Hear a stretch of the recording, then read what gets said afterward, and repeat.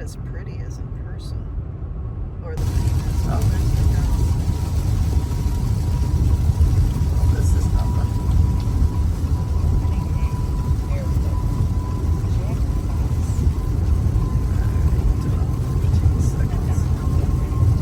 Wow, that was wow. Yeah, I think I saw that. Yeah, I haven't seen that in a long time. I used to love their tacos.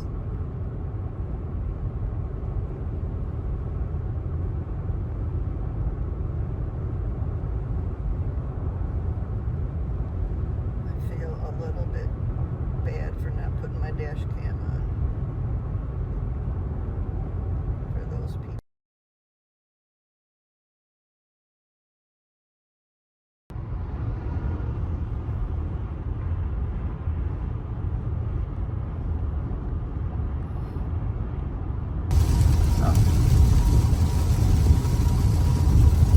Oh, this is nothing.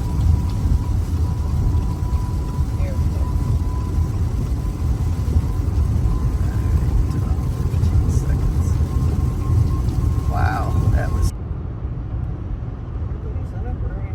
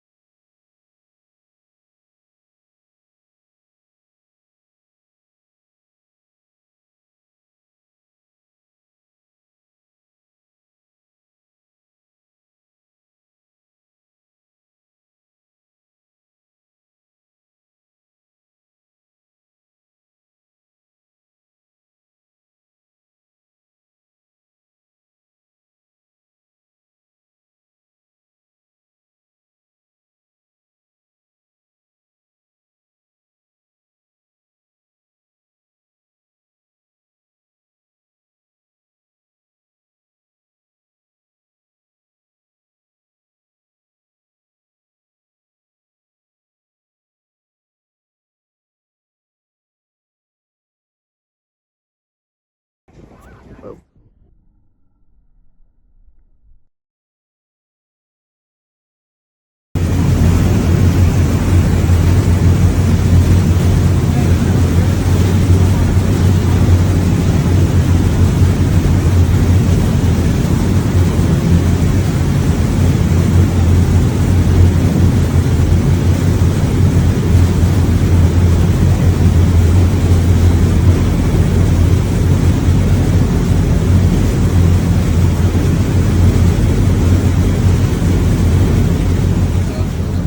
Couple hundred miles from where we are now, where it drops over 1,300 feet.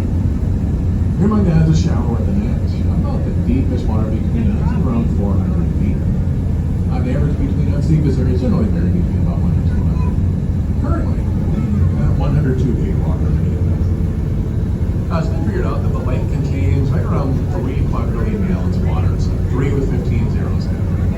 Well, someone once figured that if we were to spread all the water out, that it would cover all of the north and south.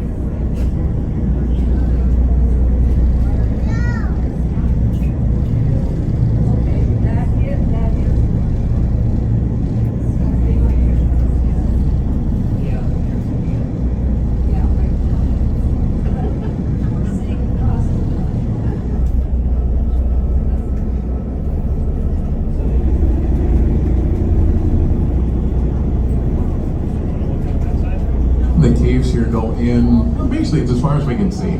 Biggest caves are 50 feet or so to the back end of the very deepest ones.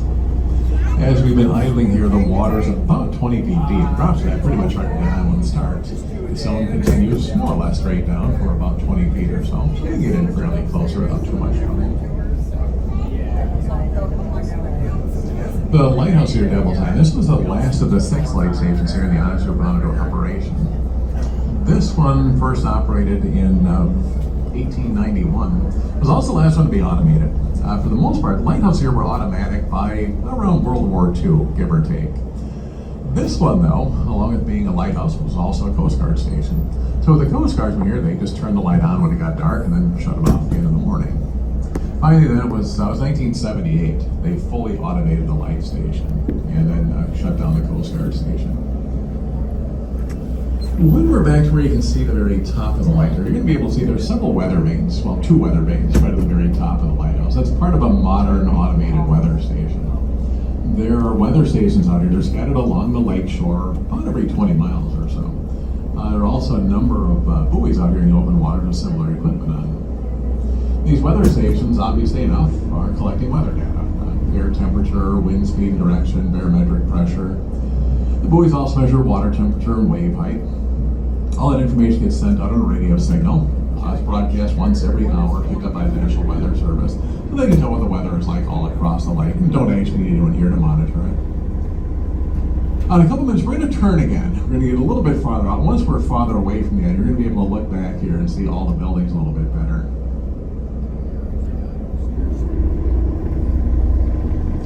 And just in front of the light tower is what looks like an old radio tower. And that is an old radio tower.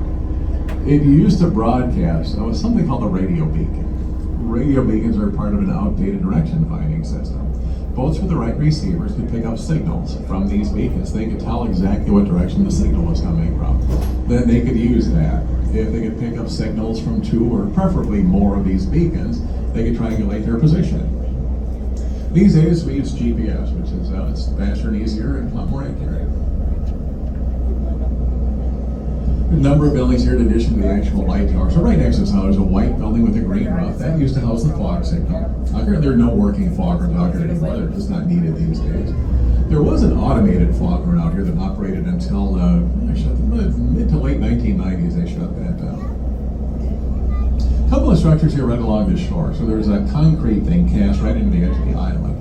That was the base of a crane. There was a crane bolted right to the top of that. The crane could have swung out over the lake. There would have been a little boat sitting there with supplies on it, and they used the crane to offload their supplies. The brick structure just to the right of that was the end of the tramway. The tramway is sort of like a miniature railroad. Not motorized at all, just a little push cart that ran on these rails. But they would push the cart out to the end of the tramway, use the crane to load supplies on the little cart, and then they could push their supplies around. The rails go from the end of the tramway over to the lighthouse and over to, there used to be a couple of storage buildings over here. Just having the rail system in the cart made it a lot easier for them to move stuff around.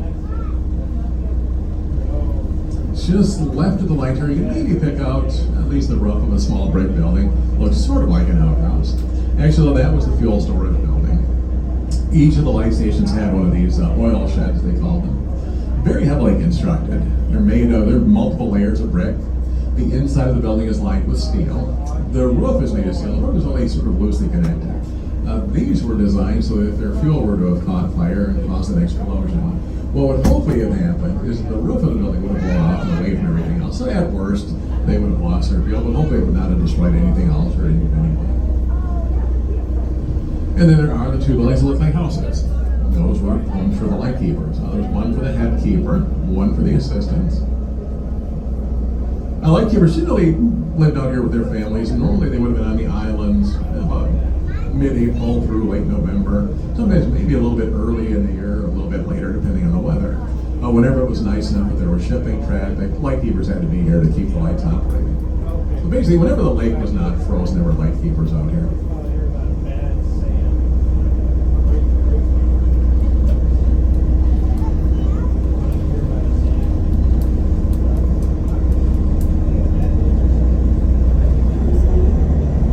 As we start turning here, you can see on this part of the island, right next to us, there's a flat ledge of stone. This is one of the landings out here. It's one of several different places that small boats can get in and drop people off and visit the lighthouse. This one's called the East Landing, just east of the lighthouse. There is also a West Landing. And the complete opposite end of the island where that construction is going on, that's the South Landing.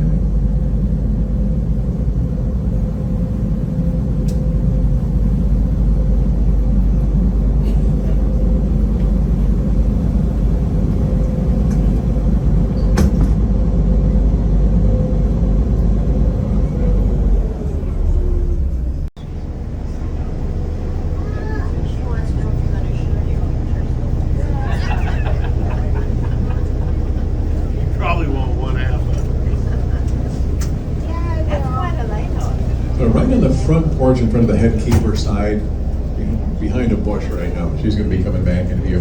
That's Emily. It's a Park Service volunteer who is out here. We're going to honk a good morning to her.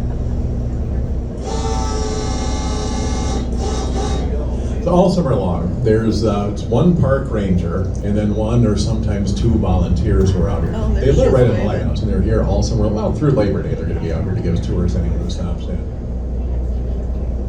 And there he is. There's Ranger Fred coming around, just going up on the stairs. Got to honk again for Ranger Fred. Ranger Fred is actually semi-retired. He spent most of his working life in education.